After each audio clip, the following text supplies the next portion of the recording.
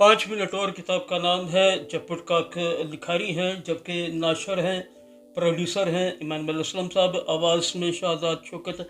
और हम देख रहे हैं सफ़ा नंबर 25 डिज़ाइन की बहाली का बकिया हिस्सा है ये, और कुछ लाइनें 24 सफ़े से। हमारी खुदगर्जी हमें तकमील के मकाम पर लाने की बजाय हमें खाली कर देती है। जब हम खुदगर्जी से काम करते हैं तो हमें सिर्फ वक्ती या आर्जी खुशी मिलती है, अक्सर जिसके बाद हल्की सी मगर बहुत हकीकी तनाव, इस्तराब, खौफ या जज्बाती बेहिसी आती है। हमारी खुदगर्जी हमें फलने फूलने वाली ज़िंदगी की तरफ ले जाने की बजाय रूहानी वैरानी की तरफ ले जाती है। अगरचे हमारे डिज़ाइन के ख़िलाफ़ है और हमें ज़िंदगी में पायदार तकमील के किसी भी एहसास से महरूम कर देती है। बाकी सब इंसानों के साथ मिलकर हमने मोहब्बत की बजाय खुदगर्जी को गले लगाया था। बाकी सब इंसानों के साथ मिलकर हमने मोहब्बत की बजाय खुदगर्जी को गले लगाया था, और बाकी सारी दुनिया की तरह हमने उसको मामूली समझा था।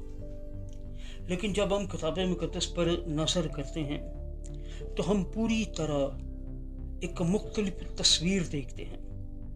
हम एक ऐसी इंसानियत देखते हैं जो खुदगर्जी या गुनाह के लिए डिज़ाइन नहीं की गई थी। हमारा दिमाग मोहब्बत से खाली ज़िंदगी के तनाव को बरकरार रखने के लिए नहीं बनाया गया था।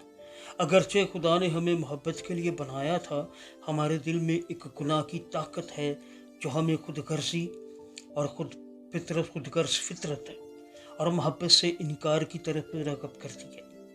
यह हमें शिकस्ता दिल की जगह लाकर छोड़ती है और हम अपनी मरम्मत खुद नहीं कर सकते। हम सबको एक नजात दहिंदा की ज़रूरत है।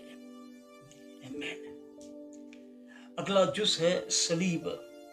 एक दिन मेरे एक दोस्त के 12 साला बेटे ने मुझसे कहा, मैं खुदा पर और यीशु पर ईमान रखता हूँ, लेकिन मुझे सलीब की समझ नहीं। वाओ,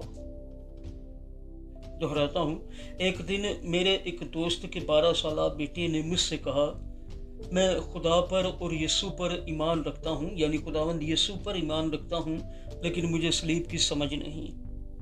मैंने जवाब में उससे कहा, क्या मैं वजाहत कर सकता हूँ? वो रज़ामंद हो गया।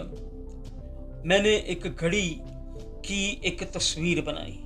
मैंने उससे कहा, फ़र्ज करें आप एक घड़ी बनाते हैं, वो आपसे पूछती है कि मेरा सबसे अहम काम क्या है, तो आप क्या कहेंगे? वंडरफुल। इस सवाल का जवाब हम अगले पेज पर देखेंगे।